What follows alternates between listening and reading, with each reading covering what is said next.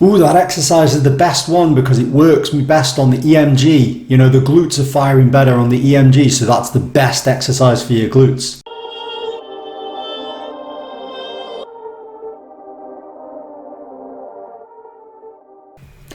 So is this actually true? You know, does an EMG actually give you this information, or is it not as simple as how much it's actually working on that EMG, on the activation levels? So first, what is an EMG? So EMGs stands for electromyography, which basically looks at the neural excitability of a muscle under an activity. So does a low EMG signal mean that a muscle is weak or the exercise isn't working that muscle very well? Well, not really. An EMG is measuring the neural excitability, not the force the muscle produces. And if we look at strength and looking to get stronger or looking to work a muscle, then we want to know how much force is being produced. And that's very difficult to do via individual muscles because the body is working in unison with lots and lots of muscles.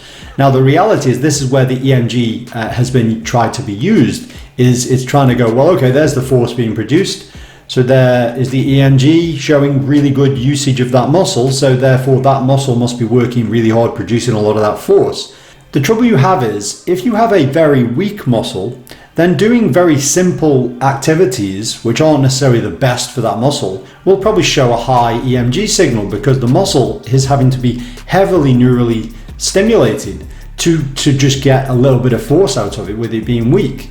A good example is, if you look at Eddie Hall, who's a strongman, world's strongest man, if he was doing a very light deadlift, how much of the EMG signal would be strong in any muscle? Well, it would all be very low because he's not having to get a lot of neural input into that muscle to fire it. So his activation levels will be low. So if you look at him, you could say, well, hang on, that deadlift isn't working very much of his muscles, so the deadlift is a really poor exercise for developing strength. Well, it's down to how strong he is in the first place. You got a little old lady who's never done anything at all and give them a giant weight and they try and lift it, you're going to get a much higher EMG reading on that, and therefore that doesn't mean that exercise is the best, it just means that it's hard for that individual.